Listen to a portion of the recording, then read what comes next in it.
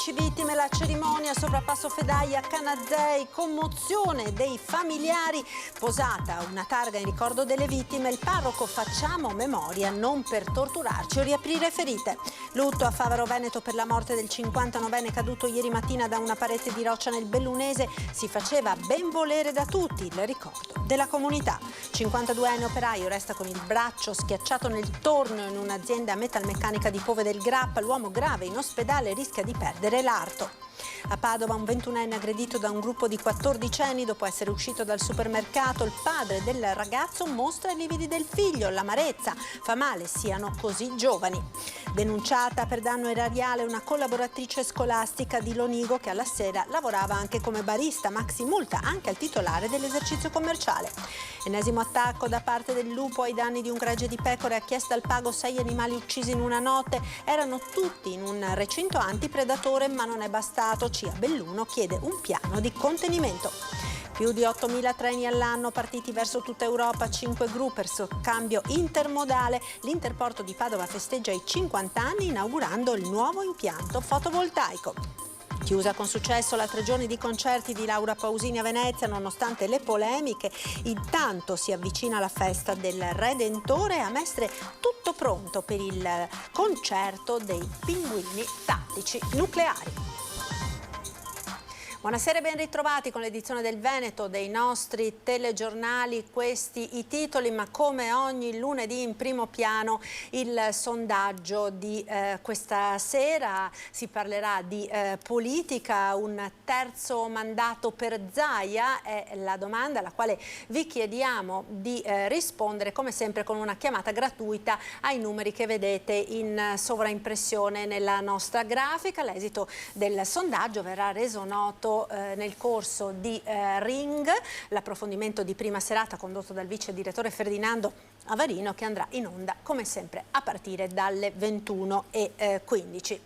Ed ora l'anniversario della strage in Marmolada, questa mattina cerimonia di commemorazione sul Passo Fedaia a Canazei.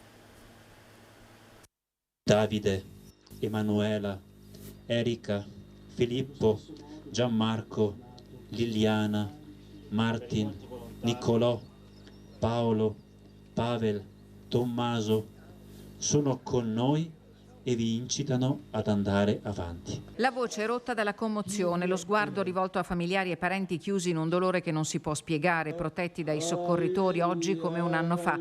Giovanni Bernarda, sindaco di Canazei, commemora uno ad uno gli 11 alpinisti vittime della tragedia della Marmolada. Facciamo memoria non per torturarci a vicenda né per riaprire ferite, anticipa Don Albino Dell'Eva, che celebra la messa ai 2000 metri di Passo Fedaia con Don Mario Bravin e Don Franco Torresani. Questo stare vicini gli uni agli altri renda meno pesante il dolore che attraversa ancora il cuore e la mente di tante persone per ciò che è accaduto ai loro cari su questa bellissima, maestosissima montagna. Una strada verticale in salita per chi è rimasto, e a loro i soccorritori per primi e le comunità veneta e trentina si sono stretti questa mattina con la stessa discrezione che contraddistinse i 18 giorni del post-tragedia. Mi colpisce questo andare di tragedia in tragedia, di disastro in disastro, e mi fa riflettere. Alcune sono di diretta responsabilità di persone, di istituzioni, altre imprevedibili, alcune potevano essere evitate, altre no, ma al di là della conta delle responsabilità, mi pare che tutte a loro modo denuncino la condizione di precarietà in cui vive di fatto l'essere umano. Sono parole che vanno diritte al cuore, quelle di Don Albino, che esorta alla solidarietà, unico lenitivo del dolore. Quella solidarietà che un anno fa è stata la cifra distintiva dei soccorsi e che oggi si traduce nello stare insieme, nel sostenersi a vicenda. E in memoria delle vittime, al termine della celebrazione, è stata benedetta una targa su cui veglia una Madonna scolpita nella radice di un albero, dinanzi alla quale sin da subito in tanti si sono fermati in preghiera. Marmolada un anno dopo anche nell'inchiesta giudiziaria archiviata dal GIP di Trento, Borrelli che ha sentenziato non prevedibile al Passo Fedaia. La cerimonia di stamattina ha chiuso la 3 giorni di dibattiti e incontri organizzata dalla provincia autonoma di Trento e dal comune di Canazei per riflettere su quanto accadde un anno fa. Noi abbiamo perso degli amici e dei compagni su questa tragedia, quindi a maggior ragione l'aspetto emotivo è molto importante, è stato molto forte, anche oggi è molto forte, no? Si sente proprio dentro di noi. Una rappresentanza degli oltre 200 soccorritori oggi ha presenziato al rito religioso che a Passo Fedaia nel Pianoro sopra il rifugio Cima 11 ha commemorato la tragedia di un anno fa. A loro è andato il ringraziamento corale per l'impegno incondizionato profuso in quei drammatici momenti, perché è un dovere andare avanti senza dimenticare. E nei momenti immediatamente successivi alla tragedia, chi è intervenuto ai piedi della Marmolada, sul posto, ha rischiato del proprio, perché il rischio di un ulteriore stacco di una parte di ghiacciaio c'era, ma in quei momenti lì il cuore, il volontariato, lo spirito di solidarietà ne ha sempre la prevalenza in queste persone. Archiviata l'inchiesta giudiziaria aperta per stabilire se il collasso della calotta sommitale del ghiacciaio di Punta Rocca poteva essere evitato. Crollo imprevedibile, ha scritto nella sua sentenza il GIP di Trento Borrelli, coadiuvato da studi e relazioni vergate da esperti ai massimi livelli. Un anno fa su a Punta Rocca splendeva il sole e faceva caldo, tanto caldo. Il termometro non scendeva da giorni sotto lo zero termico, neppure di notte. Anomalie del cambiamento climatico che ha imposto alle autorità un cambio di passo nelle politiche ambientali. Ma la montagna è un luogo aperto e tale deve restare e deve essere affrontata con consapevolezza. Il rischio zero non esiste, il rischio si può mitigare, di consigli ne diamo periodicamente ma sono sempre quelli, non è che cambiano di giorno in giorno. Affrontiamo la montagna con consapevolezza e tenendosi allenati. Lo sa bene anche Don Franco Torresani, già parroco di Arco di Trento, il prete volante come è affettuosamente conosciuto per i suoi record raggiunti nell'atletica e nella corsa in montagna, che oggi ha concelebrato la messa a Passo Fedaia. Gli 11 angeli sono già al loro posto e al sicuro, nella pace del Signore. Siamo noi, i familiari in particolare, che devono essere aiutati a metabolizzare, a trasformare questo momento. Dobbiamo diventare tutti un po' più piccoli e riconoscere che non siamo onnipotenti. Soltanto Dio è il creatore dell'universo, delle montagne, dei ghiacciai e della nostra vita. E lutto a Favaro Veneto per la morte del 59enne Stefano Cattelan, caduto ieri mattina da una palestra di roccia mentre si arrampicava.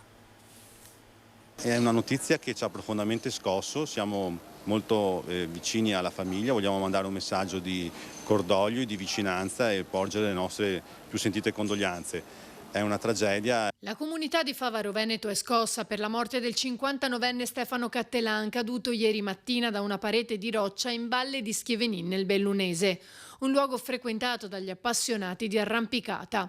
Verso le 9:20 la centrale del 118 è stata attivata da alcuni alpinisti che si sono imbattuti nel corpo di Cattelan. Sul posto sono giunti l'elicottero di Treviso, una squadra del soccorso alpino e i carabinieri di Feltre, ma non hanno potuto fare altro che constatare il decesso. Secondo una prima ricostruzione, Stefano, che avrebbe compiuto 60 anni a settembre, potrebbe aver compiuto un errore di manovra che gli è stato fatale, cadendo e sbattendo la testa sulle rocce. La parete è alta 20 metri, ma non essendoci testimoni non si sa da che altezza sia precipitato. Era una persona che frequentava spesso la montagna, erano delle sue passioni assieme agli animali. Insieme ad alcuni parenti, infatti, gestiva il negozio 1000 Amici di via Don Tosatto a Mestre. Ci rifornivamo nel suo negozio con il materiale per gli animali, insomma era sia io che mia zia che altre persone di Favaro, quindi era una persona che si faceva ben volere. I carabinieri hanno accertato che si è trattato di un incidente, tanto che la parete è stata subito riaperta. Cattelan lascia la moglie e il figlio che si trovavano nelle Marche per partecipare al matrimonio di alcuni amici. E proseguiamo con la cronaca e con la notizia dell'ennesimo infortunio sul lavoro. È accaduto a Pove del Grappa. Massimo, un operaio di 52 anni, ennesima vittima di un infortunio sul lavoro. Erano le 8 quando l'uomo, dipendente della ditta Tormec di via Monte Pasubio a Pove del Grappa, è rimasto con il braccio schiacciato sotto il tornio su cui stava lavorando. Immediati soccorsi da parte dei colleghi che hanno allertato il SUEM 118. Il 52enne è stato trasportato in codice rosso al San Bassiano. Non sarebbe in pericolo di vita, ma le sue condizioni sono molto serie e rischia di perdere l'arto. Sul posto i carabinieri e i tecnici dello Spisal che stanno cercando di capire le cause dell'incidente. Incidente che va a confermare un triste primato in cui versano la nostra regione e la nostra provincia in merito ai decessi sul lavoro e alle denunce di infortuni sempre sul lavoro. Vicenza Provincia conta ben 5.792 denunce, seconda dopo Verona, 5.951 registrate nei primi 5 mesi del 2023. E un grido d'allarme arriva dai sindacati. Sono anni che noi ribadiamo insieme col governo e anche alla Regione Veneto sul fatto che c'è la necessità di investimenti importanti per l'assunzione di ispettori nuovi per quanto riguarda i controlli dello Spisal, perché purtroppo abbiamo pochi ispettori e tante aziende, pochi ispettori che purtroppo non riescono a coprire l'intero territorio. Su questo continuiamo a batterci, continuiamo come sindacato a sollecitare perché questi finanziamenti vengano fatti e queste assunzioni vengano fatte, quindi si deve accelerare il tutto, perché gli infortuni non si fermano. A Padova ora, dove un 21enne è stato aggredito da una baby gang dopo essere uscito dal supermercato, parla il padre del giovane. Picchiato da un gruppo di bulli per 5 euro, il labbro gonfio, il livido sulla faccia. Claudio Vesentini mostra la foto del figlio 21enne aggredito sabato sera verso le 20 da una baby gang formata da 14enni che bazzicano nel quartiere di Montà. Il suo ragazzo era uscito dal supermercato, in mano 5 euro del resto quando è stato accerchiato e pestato dai bulli. La cosa che fa male, cosa dire, non sono tanto le botte, non sono tanto i pugni, seppur ci sono immagini che io ho stampato e voglio fare memoria, ok, come queste, che fra una settimana sono cicatrizzate, sono passate, non si vedrà più nulla. È quello che rimane dentro, secondo me, che bisogna un po' metabolizzare e cercare di comprendere, non farsi guidare dall'odio o dalla vendetta, però sto cercando anch'io di capirle. L'amarezza sta proprio nella giovane età degli aggressori. Se parliamo di un ragazzo di 14 anni, ma di cosa che volete parliamo? Di un bandito, di un capomafia? No, si tratta solamente di un ragazzino che sta cominciando un po' l'attività, ma perché? Perché è un po' lasciato solo, non gli viene dato nessuna alternativa, questo è il problema. E in più, da come è successo, diciamo, da come mi ha descritto mio figlio l'accaduto, c'è il capobanda che fa e gli apprendisti che stanno lì a guardare. Da tempo Vesentini, volto noto in quartiere a Montà per il suo impegno nel sociale, chiede che vengano fatte delle azioni per strappare dalla strada quei ragazzini. Aver chiesto più volte al comune di Padova di mettere un'illuminazione qua sul viale, non siamo mai stati ascoltati, eppure abbiamo un'amministrazione che si vanta di tante cose belle che sta facendo sempre nel centro storico, mentre le periferie vengono abbandonate. Che mi fa male ancora è la richiesta che ho fatto sempre all'amministrazione di aprire uno dei campi sportivi che abbiamo qua, e l'avevo fatto ancora un anno fa apposta perché volevo togliere questi ragazzi dalle strade, dargli una possibilità, un'alternativa di poter giocare, di fare un po' di socializzazione, però mi sto scontrando con una burocrazia che è veramente imbarazzante. Nel frattempo in città dovrebbero arrivare nuove telecamere di videosorveglianza, assicura l'assessore alla sicurezza Diego Bonavina, ma da papà Claudio Vesentini spera in progetti di coinvolgimento sociale dei minorenni. Io spererei di poter un giorno incontrarli e far veramente qualcosa di buono assieme con questi ragazzi. Il mio obiettivo non è quello di avere una vendetta, anche se per un po' l'ho pensato, però il mio obiettivo che voglio mantenere è quello di riuscire a fare qualcosa con questi ragazzi di positivo e di aiuto per tutti. Denunciata per danno erariale una collaboratrice scolastica di Lonigo che alla sera lavorava anche come barista, maxi multa anche al titolare dell'esercizio commerciale. L'Onigo, una dipendente pubblica, svolgeva un secondo lavoro senza autorizzazione, scoperte dai finanzieri. Oltre a rischiare provvedimenti di carattere disciplinare, ora dovrà versare tutti i compensi percepiti all'ente pubblico di appartenenza, con segnalazione alla Procura regionale della Corte dei Conti per danno erariale. È accaduto ad una collaboratrice scolastica di un istituto leoniceno che alla sera lavorava come barista in un locale a Sossano. Le indagini delle Fiamme Gialle di Vicenza e Noventa Vicentina hanno accertato i compensi percepiti nel periodo del secondo lavoro, effettuato senza aver chiesto autorizzazione all'ente pubblico di appartenenza. Per questo la Guardia di Finanza ha erogato una sanzione amministrativa anche al datore di lavoro, pari al doppio dei compensi lordi elargiti al pubblico dipendente.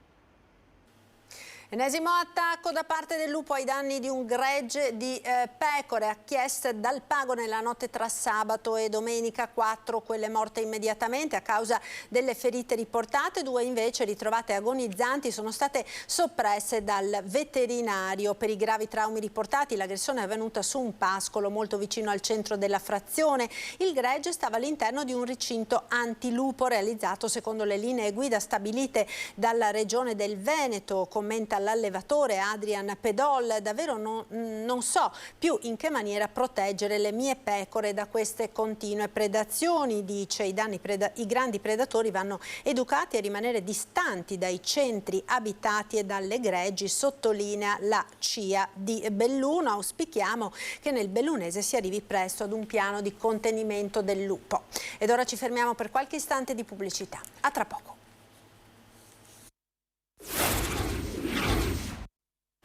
E rieccoci in diretta con la prima edizione del Veneto, dei nostri telegiornali. L'Interporto di Padova celebra oggi il suo 50° anniversario di fondazione, inaugurando il nuovo impianto fotovoltaico che permetterà ancora maggiore autonomia.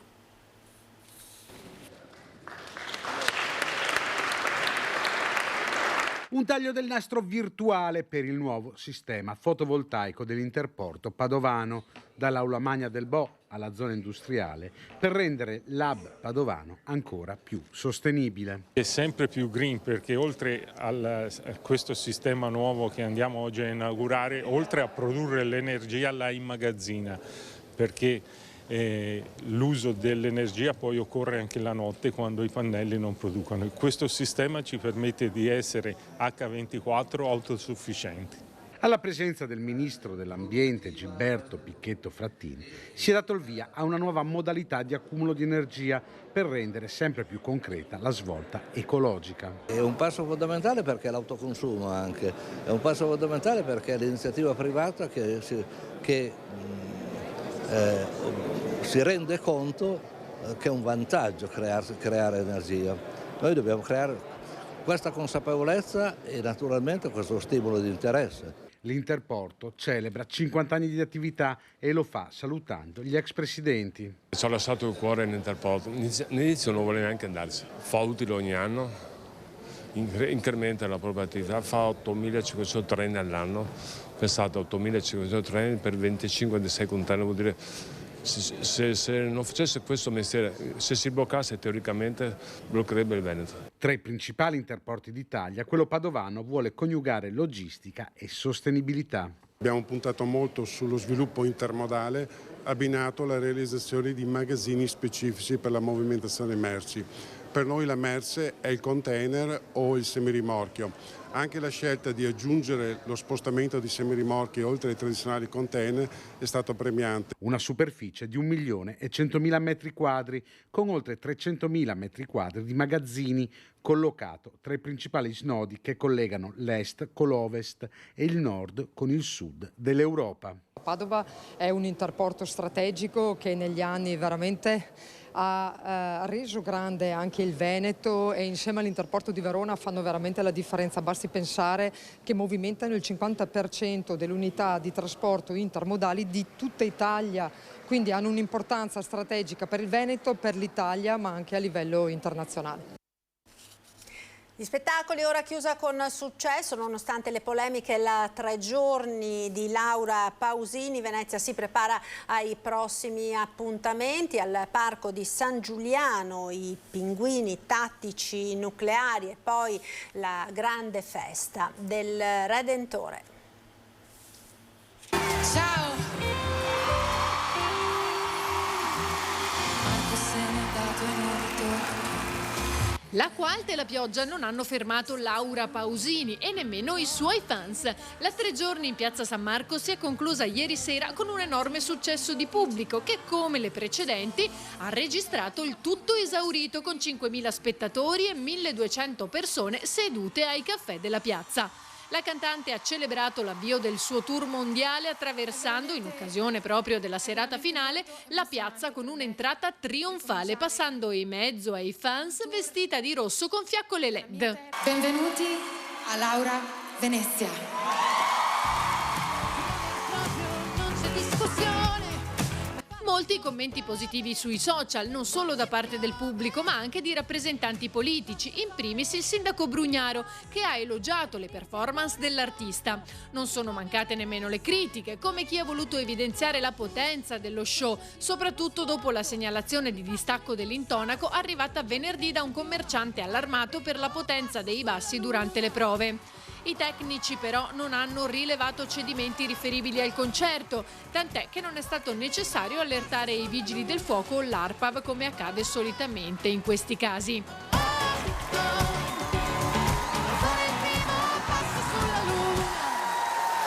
Ora la palla passa al Parco San Giuliano a Mestre, da dove venerdì partirà il tour dei pinguini tattici nucleari. È tutto dunque, io vi ringrazio per essere stati con noi, vi lascio come sempre alle previsioni del tempo con il nostro meteo. Arrivederci.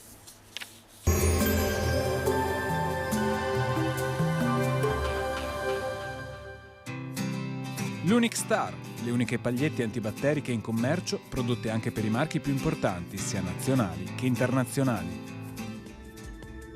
Benvenuti al meteo. Pressione atmosferica ancora non molto forte, con conseguente locale instabilità. Vediamo insieme il dettaglio di martedì 4 luglio. Sul Veneto inizialmente tanto sole ovunque. Dal pomeriggio sarà più variabile sulle Alpi, con occasionali piogge che col passare delle ore si incammineranno in forma irregolare e imprevedibile verso la pianura. Temperature stazionarie, minime tra 16 e 21 gradi, massime tra 26 e 30 gradi all'incirca. Spostiamoci ora sul Friuli Venezia Giulia. Anche in questo caso avremo copertura nuvolosa più consistente sulla zona montana, dove saranno possibili piogge e rovesci sparsi intermittenti, fin verso le pianure limitrofe. Temperature minime tra 18 e 22 gradi, massime sui 28-29 gradi. Infine diamo uno sguardo alla situazione del Trentino Alto Adige, dove non mancheranno ampi spazi soleggiati, specie al mattino, alternati però ad annuvolamenti con temporali al pomeriggio sera. Temperature minime intorno ai 17 gradi, massime sui 29-30 gradi all'incirca. Dal meteo di Antenna 3 per ora è tutto, grazie per l'attenzione, arrivederci.